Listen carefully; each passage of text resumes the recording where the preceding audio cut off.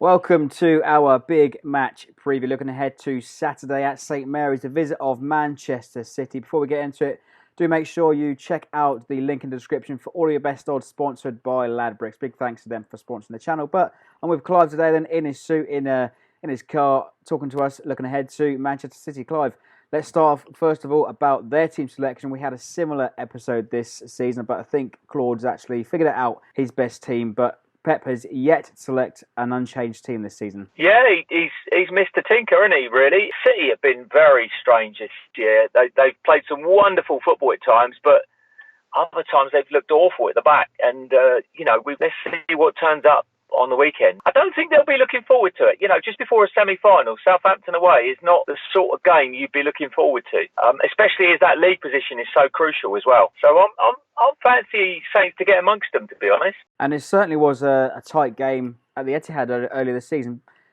thanks to a big John Stones back pass that Redmond duly got on the end of. Yeah, it hit Redmond and just went in according to Blakey, but there we go. No, it was a neat bit of play. I think that is exactly where their weakness is at the back.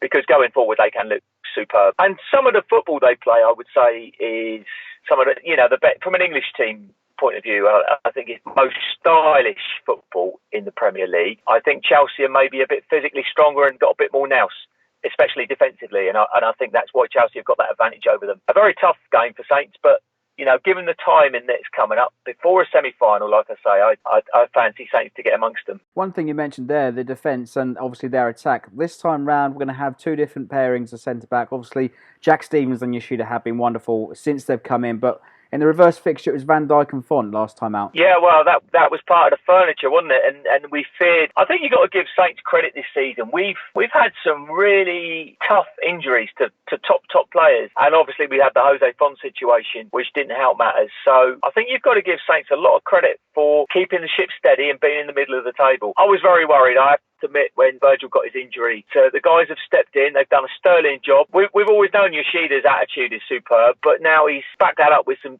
really consistent displays. Jack Stevens has come in, done well, started to form a partnership together. But as all Saints fans are thinking, when is this Mr. Caceres going to play, if ever? It's certainly one of those to watch, but I think the thing is, going into Saturday's game, we go into it with a bit of confidence. 7 points picked up in the last 3 games. Point at Bournemouth, a point with Bournemouth, wins against Palace, and a win against sort of our rivals in the table, really, West Brom. Yeah, I mean, the Bournemouth performance was a bit ropey, a bit of a weird old game. We were dominating that game at times, and then you wondered how we ever got a point out of it, given the last 20 minutes. But, we've come back really well. If you look at Palace's form lately, and last night they demolished Arsenal. They've been one of the form teams in the league. And second half, I thought we made Palace look pretty ordinary. West Brom was a struggle, but having got ahead in the game, I thought Saints showed a lot of defensive discipline as a team to hang on to that, because they must have been pretty tired after those 3 games, and especially the last 10 minutes, there was a lot of grit there. And Fraser Forster's come back into form. He's taken a lot of stick this season, but you've got to give him credit for the last week. He's done tremendously well. And that's right. I mean, Fraser Forster now looks like a player full of confidence, just like a few of the players in the squad, like Redmond, like Tadic as well in particular, has also finished 90 minutes over the last 2 games, where he hasn't finished most of the season. Yeah.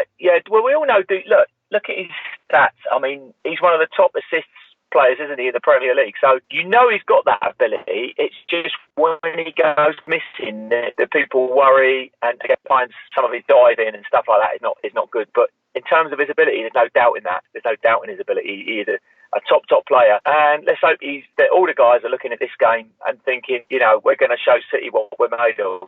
And it's certainly, for me, I think it's going to be a really interesting game, because Man City are quite devastating on the counter-attacks, and so we need to keep it tight at the back, but also we are quite devastating on the counter-attack too. So let's finish things up then with a prediction. Clive, what do you reckon? I'm going to go with 1-1.